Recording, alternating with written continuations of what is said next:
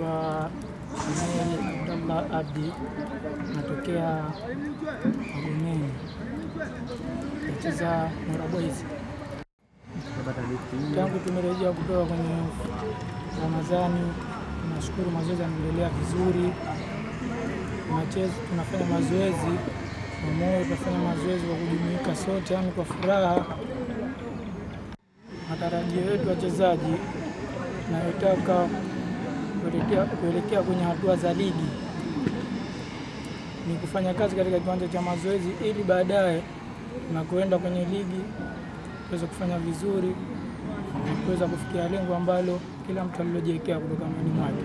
Ikiwa mashabiki wa Mora Boys, naambia kwamba wasikate tamaa kuunga mkono katika timu yetu ili tuweze kufikia lengo ambalo tunalolitaka katika soka.